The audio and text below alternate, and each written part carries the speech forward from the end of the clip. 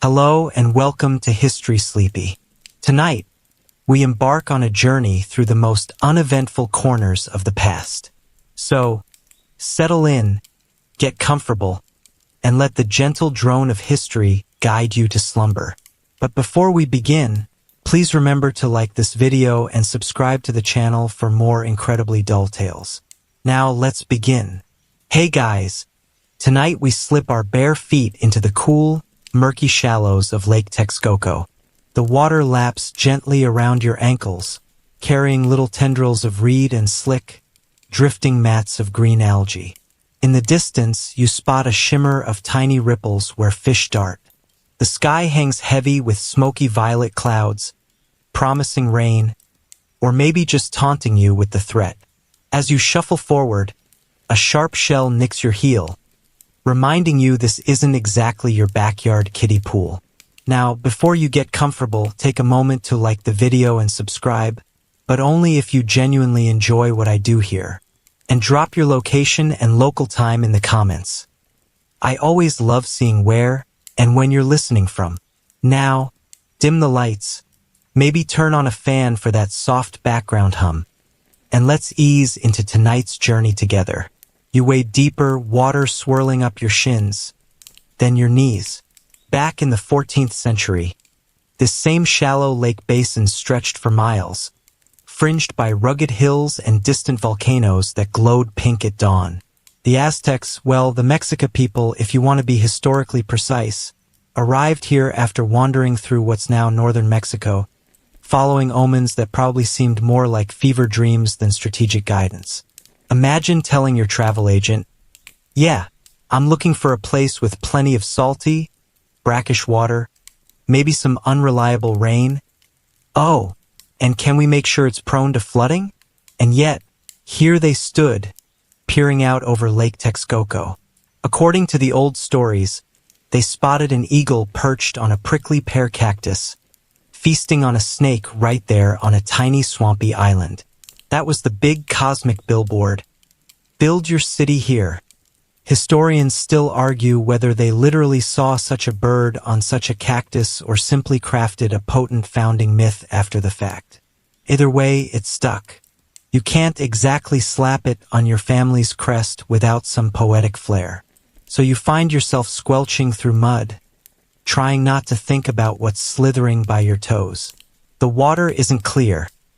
It's a hazy brew of clay silt, organic debris, and hints of salt. That brininess came courtesy of the surrounding geology and the lack of a true outlet. Basically, Lake Texcoco was a shallow bowl that collected minerals and didn't do much to flush them away. Not the ideal spot for your average medieval wheat farmer. But the Mexica didn't flinch.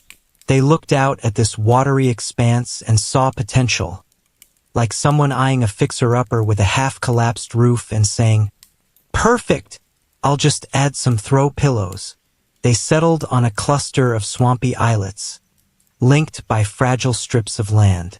These were destined to become the foundation of Tenochtitlan, their glittering capital that would one day host pyramids, palaces, and bustling marketplaces teeming with cacao traders and feather merchants. A light drizzle begins to mist across your shoulders, tiny cool pinpricks that ripple across the lake's surface. Fish kiss your calves, testing whether you might be edible. Sorry little guy, not today. You glance around and realize how vast this place is. No neat banks, no well-defined shoreline. The Mexica chose a site where the water met the sky in a seamless, dreamy horizon. Perhaps they liked that it felt untethered to solid earth, a little closer to their sun gods. One quirky fact that tickles your modern sensibilities. This shallow lake was notorious for growing enormous algae blooms that occasionally stank to high heaven. Some records from later colonial observers complain about the lake fermenting under the sun, leaving behind crusts of salty foam that caked the shores. Lovely. Even so, the Mexica must have decided the trade-off was worth it. In fact, salty residue could be collected for cooking and preserving, handy if you wanted to spice up your tamales or pickle something interesting. Historians still argue whether these salty patches were consistently harvested by locals or just opportunistically scraped up during extra dry seasons. Either way, it added to the culinary palate. You shuffle onward, droplets rolling down your arms, soaking into your thin cotton tunic. Picture dozens of families doing exactly this 600 years ago. Children squealing as they chased little fish through the reeds, mothers and fathers plotting out where they might drive stakes to start building not on land, but literally atop the water. The Mexica didn't shrink from the soggy challenge.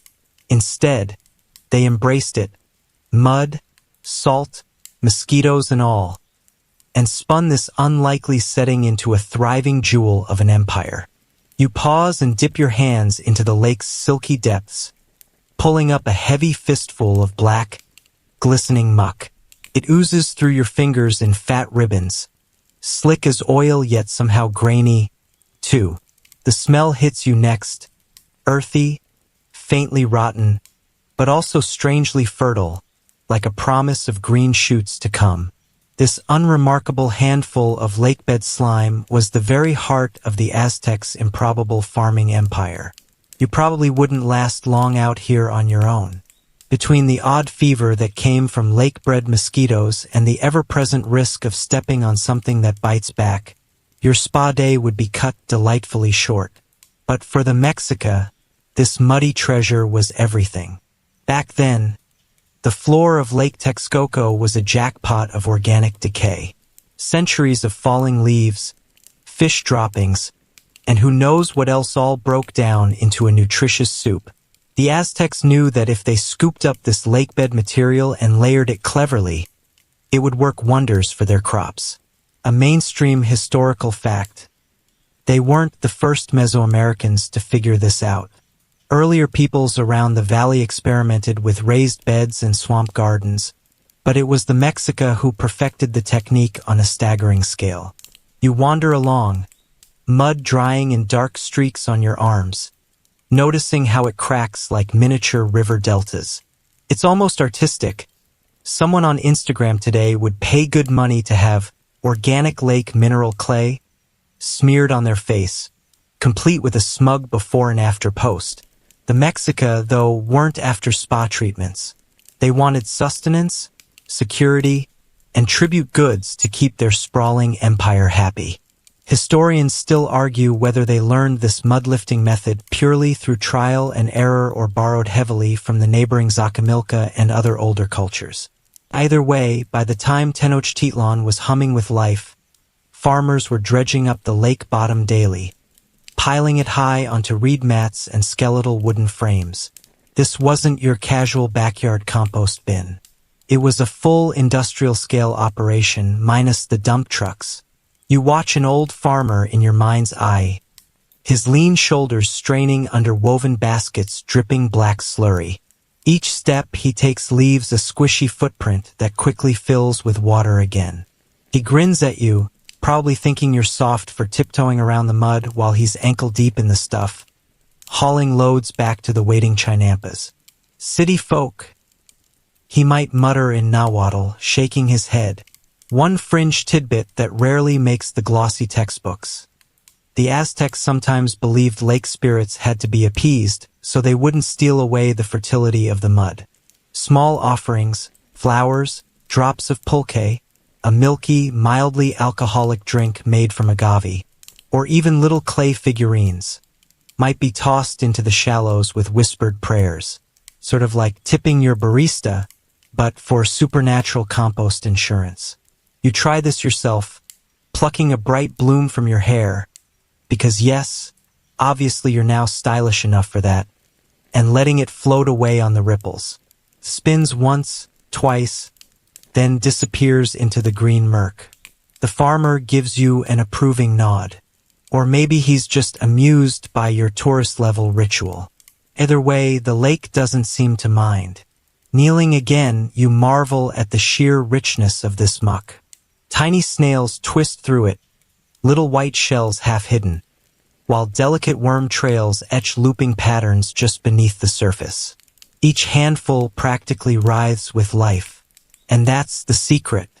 By pulling up the old, dead, decomposed matter, the Aztecs were actually breathing new vitality into their gardens.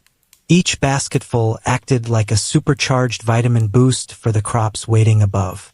So you stand, wiping your hands on your thighs. Big mistake. Now your legs look like they've lost a battle with a chocolate fountain. Ahead, you notice long mounds rising slightly above the water, each crowned by tufts of bright green. These are the beginnings of Chinampas, the famed floating gardens. Soon you'll be walking along them, careful not to sink too deeply into their spongy mass. But for now, take a last look at your slimy palm. Inhale that pungent aroma of life and rot, and know that in this humble mud was cradled the future of an entire civilization. You trudge onward, shoes long abandoned, feeling the gritty cushion of mud and reeds shift under your soles. Up ahead, men and women squat by low piles of thin, pliable branches, mostly willow, though sometimes alder or cypress. Their hands move quickly, slicing each stick to roughly the same length, then driving them deep into the lake's soft bottom in neat rows. You pause to watch, squinting at the faint lines of stakes that vanish into the horizon. It's like someone planted a strange, wooden cornfield straight into the water. This is where the magic of Chinampas truly begins. Each one starts as a skeleton, a framework of stakes tied together with ropes made from maguey fibers or twisted reeds.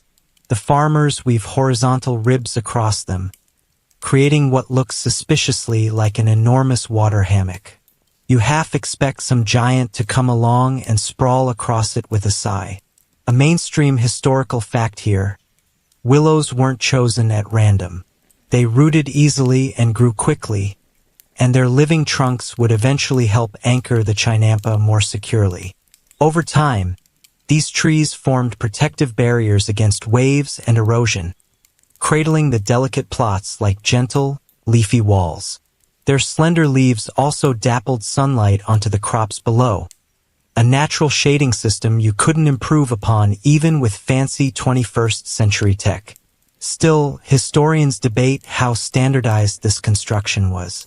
Some argue there must have been an official template, a kind of Chinampa blueprint handed down by local authorities to keep the lake looking orderly and taxes flowing smoothly. Others believe it was more of a folk craft, evolving plot by plot, each family adapting based on whim, neighborly rivalry, or who could drive stakes the straightest after 3 cups of pulque. You wade closer, peering down at the water where tiny fish flit between the submerged latticework. The workers grin at you, okay, maybe smirk is more accurate, and hand you a bundle of willow rods. Go on, one urges. Try it. So you jab your first stake into the mucky floor. It slips sideways, threatening to drift off toward the horizon. The group bursts out laughing, one woman wiping tears from her eyes. Apparently, you're not a natural-born Chinampa architect. A quirky little fact to lighten your embarrassment. Some families stuck bits of bright cloth or feathers atop their newly planted stakes, partly to scare away birds but also to show off. Chinampa pride was real.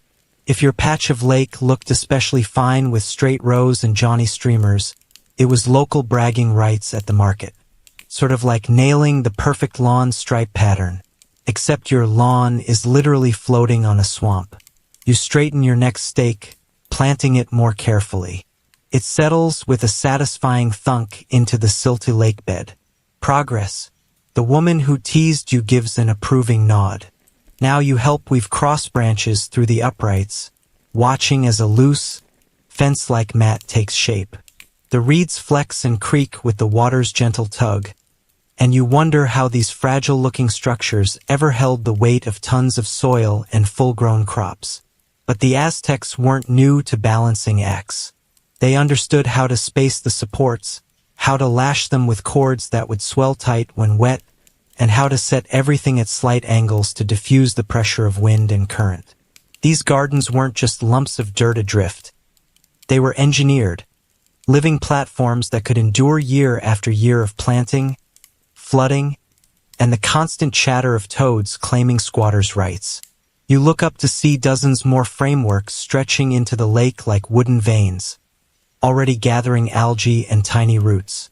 Somewhere, a frog croaks so loud you flinch, then try to pretend it didn't startle you. The builders grin again. You suspect they've seen a lot of squeamish visitors, though probably none wearing your brand of clueless expression. As the sun dips lower, casting molten streaks across the ripples, the growing skeletons of future gardens stand like promises.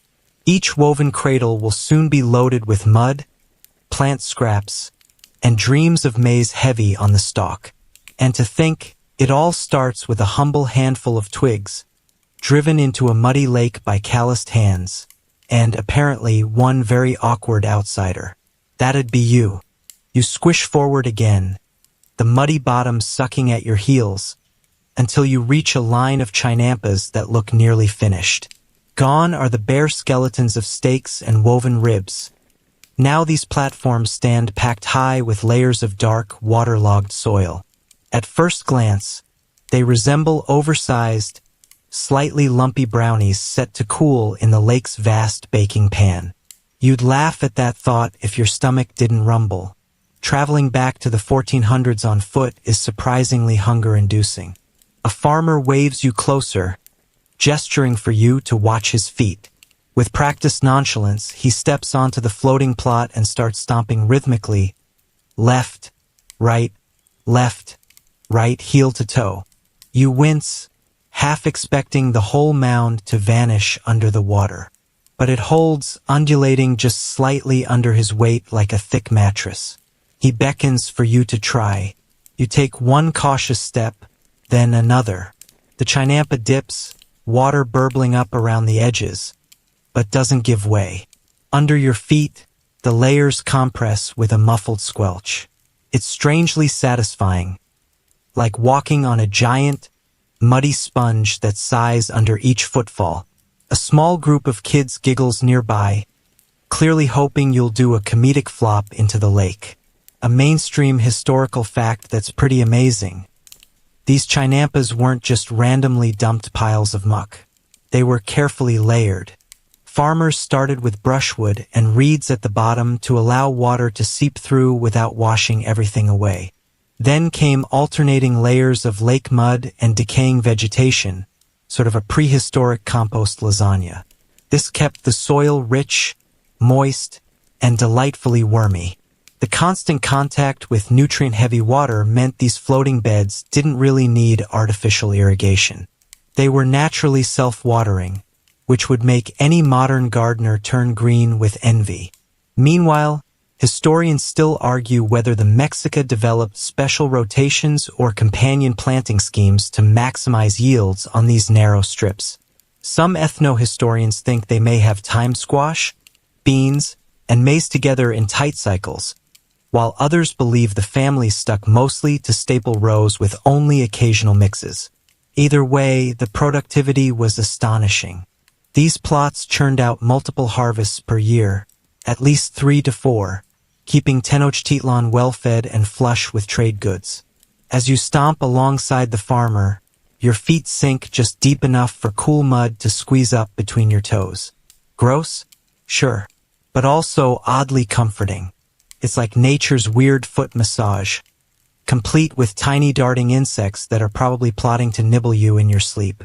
One of the kids leaps onto the plot beside you, sending a playful wave rolling under your soles.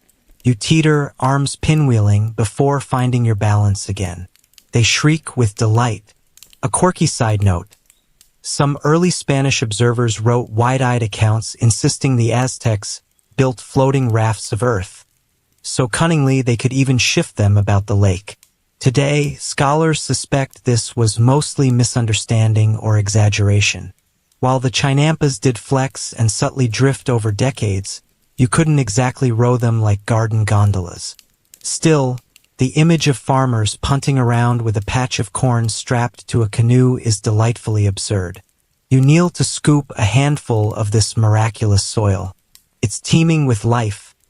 Tiny roots, minuscule bugs, fragments of decayed leaves all swirling together in damp harmony. Nearby, an old woman bends over with a sharp stick, poking neat holes where she'll drop maize kernels. Her hands move with calm certainty, the kind that comes from repeating this ritual season after season, year after year. She looks up and gives you a knowing little grin, as if to say, "See? The mud holds us all." By the time you straighten, your legs are streaked with black, your feet caked in mystery goo, and your heart just a little fuller. Somehow, standing here on this living raft of earth, balanced precariously between sky and water, you feel closer to the pulse of an empire that once danced on the very same soggy stage. You step carefully off the squishy chinampa and settle into a canoe, its sides worn smooth by countless years of sun and hands. A young boatman shoves off with a long pole, sending you gliding through a narrow canal flanked on either side by vibrant green. Here, the water feels like a liquid road, placid, reflecting twin strips of gardens that stretch toward the horizon. Little ripples push out in perfect arcs, and you catch your breath at how the sun dances across them, splintering into thousands of golden shards. For a moment, it almost feels like you're drifting through a dreamscape painted by some gentle-spirited god. Meanwhile, your boatman casually scratches his chin with the pole. No big deal. He's only steering your fragile little craft through an aquatic maze that could swallow you whole. A mainstream historical truth? These canals were every bit as vital to Aztec life as the chinampas themselves. They formed a watery grid that allowed canoes to slip between fields, carrying everything from fresh produce to gossip. Farmers ferried mud dredged from the lake bottom to top off their plots, while traders delivered baskets of chiles, avocados, and flowers to bustling marketplaces. Even priests floated along, bearing delicate offerings to lakeside shrines. It was traffic, sure, but the kind where your morning commute came with dragonflies and floating lilies. Historians still argue about the precise engineering behind these canal systems. Did they maintain uniform widths and depths dictated by local rulers? Or were they the chaotic result of generations of family plots bumping awkwardly against each other, with farmers simply carving out enough space to paddle a canoe through? Either way, the effect is stunning. Water weaving a lacy network around emerald fields, tying the community together in a shimmering, life-giving web. Your boat drifts past a floating raft piled high with marigolds. A pair of girls giggle as they push it along, blossoms spilling over the sides in bright orange waves. You can't help but smile, imagining how many ceremonies these flowers will grace, how many gods will be placated by their cheerful sacrifice. In the next bend, a fisherman crouches low, poised with a simple reed spear. With a quick jab, he hauls up a fat, wriggling creature, half fish, half ugly miracle. He flashes a grin that reveals a missing tooth, then winks at your wide-eyed horror. Clearly, dinner's sorted. A quirky tidbit to ponder as your canoe slides by. Some families reportedly kept little floating chicken coops tethered to their chinampas. Hens would peck around, dropping, well, let's say organic fertilizer, straight into the water or sometimes directly onto the gardens. Free eggs, happy birds, and one less trip to scoop up compost. That's what you might call an efficient closed system, even if it's slightly more fragrant than you'd like. As the sun tilts westward, painting the water in rose and copper, you pass under a crude archway of bundled reeds marking the boundary of another family's patch. Strips of colorful cloth flutter there, warding off both hungry birds and nosy neighbors. A boy paddles by balancing a basket of bright red amaranth on his head, flashing you a toothy grin. You wave back, nearly tipping the canoe. A rookie move that earns you a burst of laughter from your boatman. It strikes you how peaceful it all is. Sure, this was the engine room of a massive empire that demanded tribute from hundreds of conquered towns. And sure, Somewhere out there priests were sharpening knives for decidedly non-vegetarian offerings. But here, gliding through calm waters, you see only the tender, everyday rhythm of growing, harvesting, laughing. A reminder that even the grandest civilizations rested on simple joys.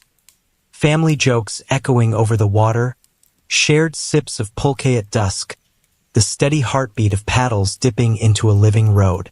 You climb from the canoe onto a firm chinampa edge, brushing stray strands of waterweed from your arms. Ahead stretches an orderly patchwork of crops that would make any modern farm planner a touch jealous. Straight rows of maize stand shoulder to shoulder, green spears crowned by tassels that wave lazily in the afternoon breeze. Between them, squat little squash plants spread broad, velvety leaves that seem to hug the damp earth. And at the margins, bean vines coil around slender reed supports like sleepy dancers wrapping themselves around a pole. A mainstream historical fact that remains stunning. This triad of maize, beans, and squash, sometimes called the Three Sisters, was more than just a convenient menu. Each plant helped the others thrive. Beans fixed nitrogen in the soil, feeding hungry maize roots. Squash sprawled wide, shading the ground, keeping it moist and blocking pesky weeds. It was an elegant, low-tech form of bioengineering, orchestrated long before lab coats and grant proposals. But as you crouch to inspect a leaf, something else catches your eye. Nestled between the squash vines is a cluster of small plants with delicate yellow blooms. A local farmer wanders over, smiling at your confusion. "That's Sempoalxicatl," he says in Nahuatl marigold. "Not just pretty. It's a medicine, a ritual flower, a charm against disease." He points to another bed where spiky herbs jut up like tiny green swords. "Epizote keeps away worms. Good in beans, too." It's these smaller, often overlooked details that give the chinampas their quirky richness. Historians still argue whether the Aztecs methodically planned these micropatches of culinary and medicinal herbs, or if they simply popped up thanks to the kitchen scraps and curious hands of old grandmothers who couldn't bear bare soil. Either way, the effect is a living tapestry of flavors and cures, woven right into the empire's breadbasket.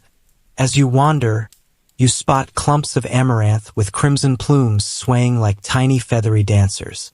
Close by, rows of tomatoes cluster heavy with fruit, their skins taut and glossy. Bees drift lazily between blossoms, drunk on nectar, ignoring your clumsy attempts to wave them away. The ground beneath your feet is soft yet firm, holding your weight like a patient old mattress.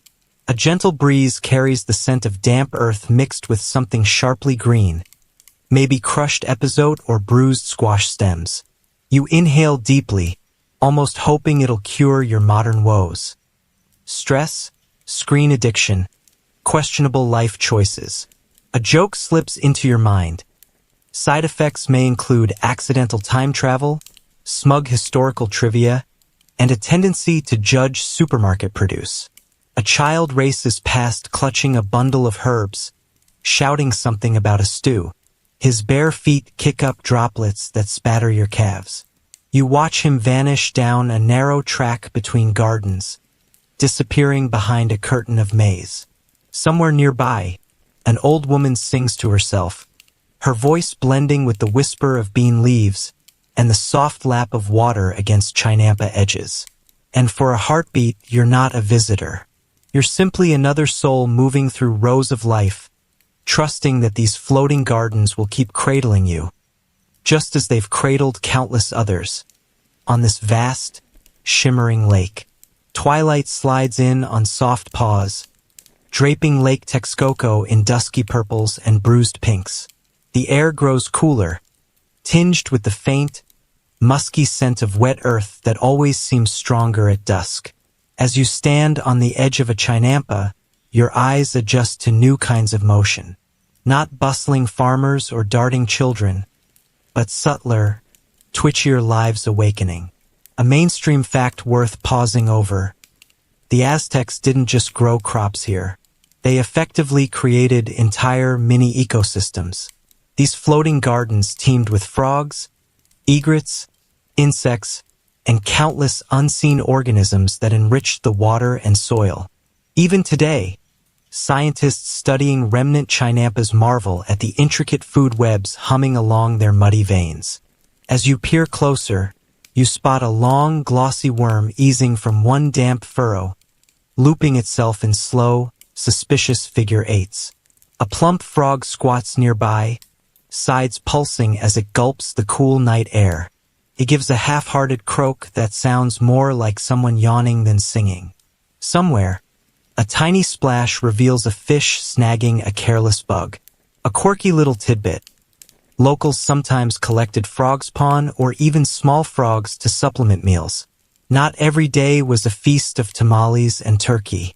Protein was protein, and a fat frog was less likely to argue than a fussy neighbor's chicken. Historians still argue how systematically these aquatic side harvests were managed. Were families actively raising frogs and fish, or simply grateful opportunists scooping up what the lake offered? Either way, it meant that a stroll through the chinampas at night might provide not only tender bean shoots but also a convenient frog chorus, and maybe tomorrow's breakfast hopping by your ankles. You walk carefully now, lantern swinging low. The light throws long, wobbly shadows of willow stakes across the garden beds. They look like skeletal hands clawing at the sky. Spooky, but in that delightful, Halloween comes early sort of way. A bat flutters overhead, so close you feel the whisper of its wings. You jump, laugh at yourself, then check to see if anyone's watching. Nope, just you and the frogs. The boatman from earlier calls softly, offering to paddle you back across a dark canal. As you step aboard, the canoe rocks gently, sending out quiet ripples that slap against garden edges. You settle into the familiar rhythm of water lapping and paddle dipping, the occasional thunk of drifting twigs knocking against the hull. And all around, unseen lives carry on. Worms aerating soil, frogs gobbling insects, plants exhaling tiny puffs of oxygen into the dusk. It's a soft, secret concert. One you wouldn't have noticed if you hadn't lingered this long among the Aztecs' floating dreams. You rise early the next morning, assuming we're keeping to this gentle hallucination, and stumble back toward the chinampas. The sun's just nudging above the horizon, painting long streaks of apricot across the still surface of Lake Texcoco. And there, balanced on wobbly canoes or simple rafts, are the farmers, already hard at work with long wooden shovels. A mainstream historical detail, this daily ritual of dredging the lake bottom was crucial. By scooping up fresh, nutrient-rich sludge from the shallows and spreading it over their gardens, the Aztecs created a kind of perpetual compost top dressing that kept their chinampas astonishingly fertile. It was a simple, low-tech hack that turned a briny lake into one of the most productive agricultural hubs in the world. You watch as a pair of brothers lean dangerously far over the side of their canoe, plunging their broad shovels into the ooze. When they lift them out, mud slithers off the wood in thick, lazy globs. Each load gets dumped into the canoe's hull until it sits noticeably lower in the water. You can't help snorting. Somewhere out there, a modern safety inspector would be hyperventilating. A quirky local belief sometimes accompanied this practice, that the mud itself carried subtle energies or blessings from the lake's gods. Some families whispered quick prayers before the first scoop of the day. May Kalkaatliku smile on this sludge, to ward off misfortune or bad harvests. Historians still argue whether these superstitions were widespread spiritual customs or mostly little family traditions. Either way, it added a hushed reverence to the otherwise very squelchy business. Your boatman invites you aboard again, this time to help distribute the fresh mud. The canoe lists alarmingly as you clamber in, earning a snort of laughter from an elderly woman expertly balancing a pile of lake weeds in her own boat. The two of you paddle carefully back to her garden patch. With a practiced flick of her wrist, she flings a scoop of sludge across the chinampa, where it splats in a satisfying dark blotch. You try it next, managing only to splatter your own leg. The woman howls with mirth, smacking her knee. Well, at least you're good for local entertainment. Bit by bit, this humble mud renewal built up the chinampas season after season, decade after decade, until some stood a meter or more above the lake. So every step you take on these rich, spongy plots is literally a stride across centuries of careful, mucky investment. And all around you, farmers whistle, gossip, or mutter quiet spells under their breath. Each scoop of slime both a chore and a promise that the gardens will keep floating another year. By midday, the lake's mirrored calm erupts into joyous chaos. You follow the crowd toward the edge of Tenochtitlan's bustling market district, where countless canoes bob and jostle, unloading heaped baskets of produce fresh from the chinampas. Bright green squashes, pale ears of corn still tufted with silky threads, and delicate white flowers all pile into neat pyramids under woven awnings. A mainstream historical fact, the market of Tlatelolco, right next door to Tenochtitlan proper, was one of the largest in the world at the time, drawing tens of thousands daily. Goods flowed in not just from local chinampas, but from hundreds of tribute towns across the empire. Still, these floating gardens provided the absolute bedrock of daily meals. You squeeze past a vendor hawking amaranth cakes, sticky with honey, and nearly collide with a boy carrying a cage of squawking turkeys. He gives you a grin full of mischief, then purposefully lets one bird wiggle halfway out before shoving it back in. Nice kid. Nearby, a woman arranges delicate bunches of herbs and bright red chiles on a reed mat. She catches your eye and points proudly to a small cluster of yellow-green tomatillos. "Fresh from my chinampa this morning," she says, patting her chest. Her pride shines through even if your grasp of nahuatl is wobbly. You pick up one of the fruits, still cool with dew. The papery husk rustles as you turn it over. A quirky local practice catches your attention. Some market stalls offer tiny bouquets tied with a twist of maize husk, meant to bring luck to kitchens or charm cranky neighbors.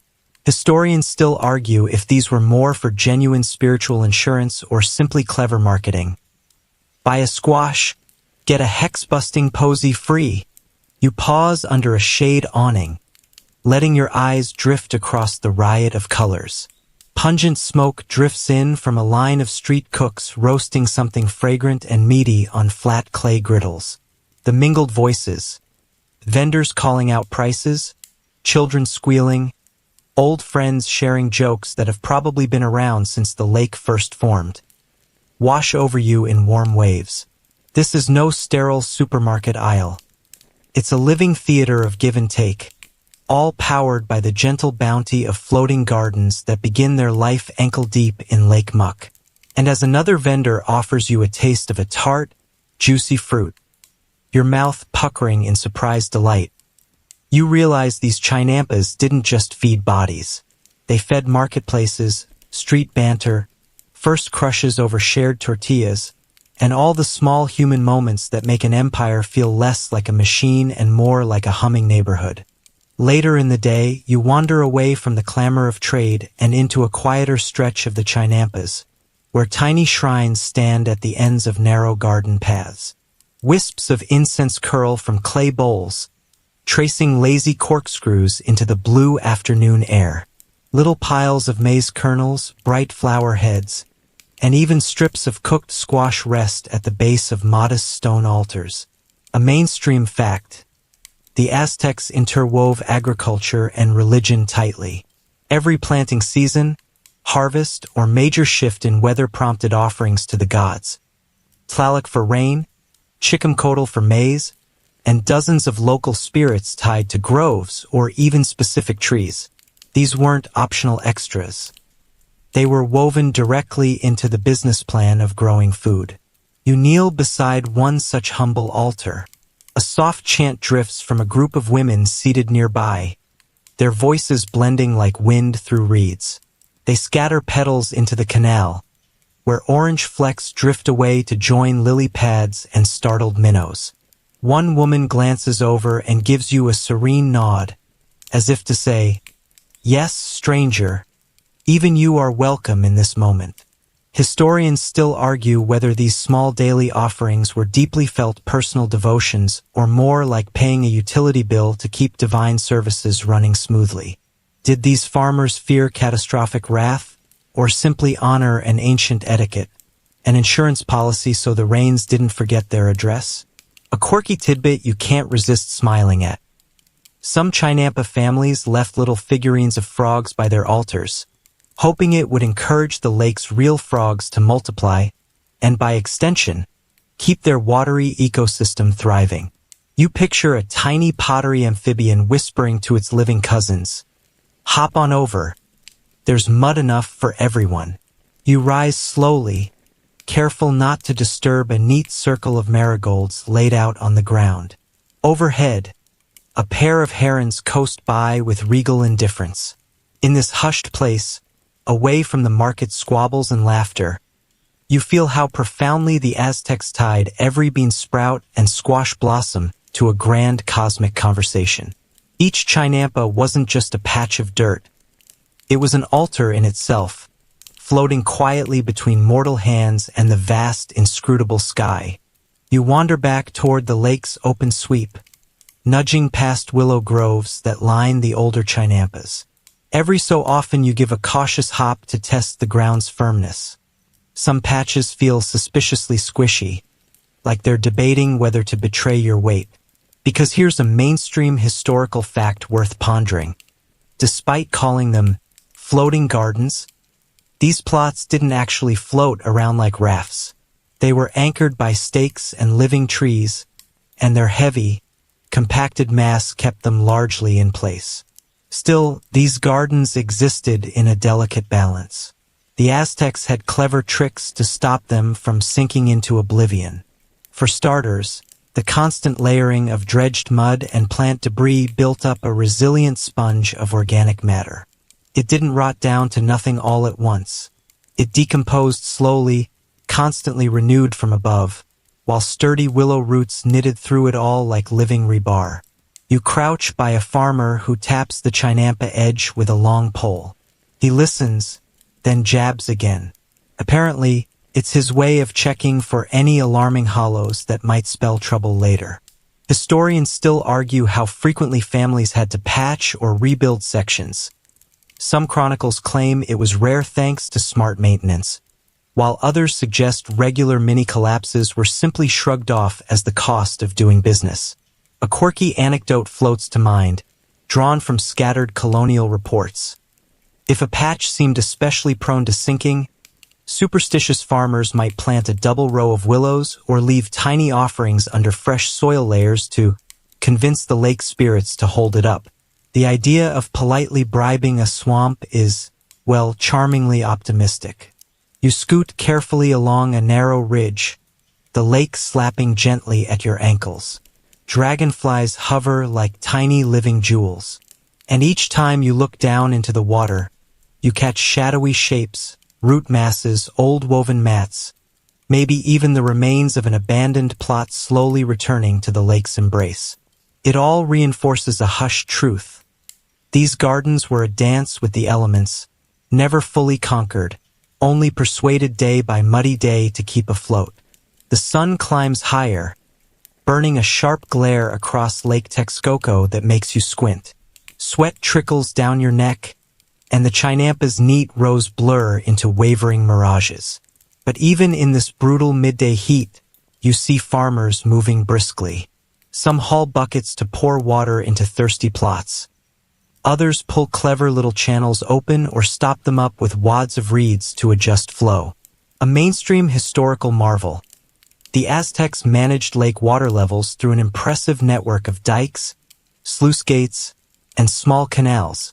They even constructed large-scale levees like the Albertan de Nezahualcóyotl to help shield the capital and surrounding fields from sudden floods. It was hydrological engineering centuries ahead of its time, sort of the Mesoamerican answer to Holland minus the wooden clogs. You watch a wiry man wedge his foot against a rock and yank up a reed stopper. Water gushes through a carved side channel, burbling over roots with a happy glug. Then he jams it shut again, satisfied with the new trickle rate. Historians still argue exactly how coordinated these local adjustments were. Did each family tinker in their own microdomain, or did headmen enforce broad seasonal schedules to keep the lake from turning chaotic? A quirky twist comes as an old woman grins at you, tapping her forehead. "Gotta know the lake," she seems to say. Her family has farmed this same patch for generations, learning subtle signs. How wind ruffles water to hint at tomorrow's rain. How bird calls change when humidity shifts. It's folk meteorology mixed with sheer intuition. An irreplaceable library of lake lore held in sun-spotted skin and bright eyes. Just as you're about to compliment her uncanny sense for water, a fat cloud slides overhead, shadowing everything. The temperature drops delightfully.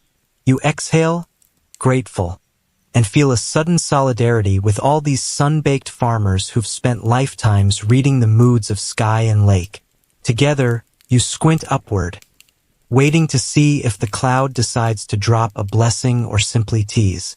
Either way, you're learning that keeping these gardens alive takes far more than mud and reeds. It demands patience, watchfulness, and a playful willingness to dance with nature's whims. By late afternoon, you leave the scattered chinampas and wade into the edge of Tenochtitlan itself. The city rises before you on solid causeways, its temples and bustling streets framed by canals that lace through neighborhoods like watery avenues. Everywhere, boats glide past stacked houses and market stalls, delivering cargo that began its life on floating plots just beyond the city's fringe. A mainstream historical reality. Tenochtitlan was home to perhaps 200,000 people at its height, rivaling or surpassing any European city of the time. And it was the chinampas that fed them, churning out maize, beans, squash, chilies, and flowers with astonishing reliability. Without these floating fields, the city's brilliant architecture and massive ceremonial life would have withered under sheer hunger. You wander along a busy canal where porters unload heaping baskets of produce. Women stand waist-deep in shallows, rinsing greens so fresh they still drip lake water. Kids dart between reed piles, shrieking with glee, while a vendor nearby fans flies off a stack of still warm tortillas. The city pulses with an energy that's half commerce, half celebration. Historians still argue how far food from chinampas traveled. Did most stay local to Tenochtitlan, or did it reach hundreds of miles via tribute routes, helping stabilize the entire empire? Either way, the capital's markets overflowed with the lake's bounty. More proof that urban grandeur usually stands on humble roots. You pause at a stall selling tamales wrapped in brilliant green leaves. The vendor laughs as you fumble with the steamy bundle, juices running down your wrist. You savor the rich, slightly earthy flavor, like corn that decided to grow up and have a wild party with smoky lake herbs. A joke pops into your mind. Bet your fancy farm-to-table bistro back home can't beat that same-day delivery from mud to mouth. Beyond the culinary delights, you marvel that this entire urban spectacle, this humming mesh of people, gods, and political intrigue, leans on silent rows of floating gardens. Gardens tended by weather-worn hands who might never set foot inside a temple courtyard or palace hall, yet whose quiet work fed priests, nobles, merchants, and wide-eyed wanderers like you. You drift onward through Tenochtitlan's bustling canals until your boatman points ahead with his chin. There, gathered at the edge of the water in a clump of gleaming metal and stiff brocade, stand several Spaniards. Their helmets catch the sun in blinding flashes, and their beards bristle with wary curiosity. Muskets rest awkwardly against their shoulders, as if they're not quite sure whether they're in a garden or a battlefield. A mainstream historical note. When the Spanish first arrived in the early 16th century and laid eyes on the Chinampas, they were utterly astonished. Some accounts claim they thought these fields literally floated untethered across the lake. Magical plots of earth drifting wherever the breeze pleased. While we know now that wasn't quite the engineering, it's easy to forgive their wonder. After weeks slogging through rugged terrain, suddenly seeing emerald gardens seemingly afloat on water must have felt like stumbling into a mirage. Historians still argue just how much the Spanish misunderstood what they were seeing.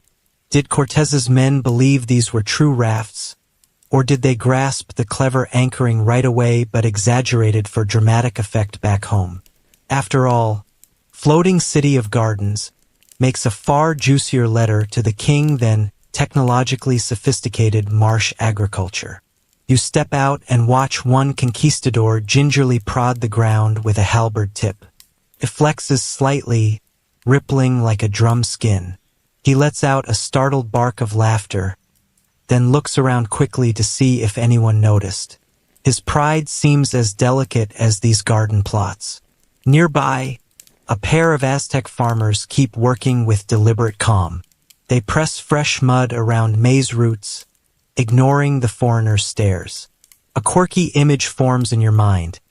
Some haughty Spanish noble back in Seville trying to recreate this magic by floating his flower pots in a fountain, wondering why nothing grows. You crouch to run your hands through the damp soil. Even now, with an empire on the cusp of invasion, the Chinampas keep feeding mouths, keep growing green and thick under the patient sun. And for a moment, the clash of worlds fades. All that matters is this humble patch of life, floating steadfastly as history churns and rages around it. Word count, 1070, section 15. You find yourself back at the far reaches of the lake, away from the city's stone towers and Spanish armor. Here, modern farmers tend patches that look eerily like their ancestors, though today's clothing includes battered jeans and baseball caps. Still, they bend over furrows in the same thoughtful hush, hands deep in mud that's been turned and turned again for countless centuries. A mainstream fact: small pockets of traditional Chinampa farming still survive around Xochimilco and other corners of the old lake bed. Though threatened by urban sprawl, pollution, and water mismanagement, these remnants remain astonishingly productive. Researchers continue to marvel at their yields, studying them for lessons on sustainable agriculture in a warming world. You watch a man guide a wooden shovel into dark water, lifting heavy sludge that drips in glossy strings. It's the same timeless motion you saw performed by barefoot Aztec peasants. He spreads it over his plot, patting it down with calloused palms. Not far off, bright orange marigolds wave on sturdy stalks, destined for Day of the Dead altars that still echo ancient flower offerings. Historians still argue how much intangible heritage, old planting chants, subtle rituals, tiny charms, survives alongside these practical techniques. Some families insist their grandmothers taught them small gestures to please rain spirits. Others shrug it off as folk tales. But standing here, you sense the old whispers layered beneath every trowel scrape. A quirky flourish. You spot a teen blasting pop music from a phone tucked into her waistband as she weeds a row of squash. History, apparently, isn't above dancing along to a modern beat. You wander among these living plots, soaking up scents of fresh earth and the gentle slap of water. Here, on soil born of countless harvests and countless quiet hopes, you trace a line that runs back unbroken to the first reed stakes driven into Lake Texcoco's soft heart. In that line hums a promise, stubborn, green, and strangely tender, that floating gardens will keep rising, season after season, as long as hands are willing to muddy themselves in trust. Now the light drifts low, pooling in soft lavender shadows across the lingering Chinampas. The water hushes to glass again, mirroring every pale wisp of cloud. Somewhere far off, an egret lifts, white wings catching the day's last breath before folding into evening. You slow your steps, letting the hush gather around you. Each ripple of water, each tiny insect buzz, stretches out like a lazy sigh. The gardens lie still, damp with night's promise, their patient rows breathing cool air back into the dark. Somewhere a frog begins its lonely song, answered by a chorus that rises and ebbs until it's almost a lullaby. You pause by a patch of maize, brushing your fingertips along the velvet tassels.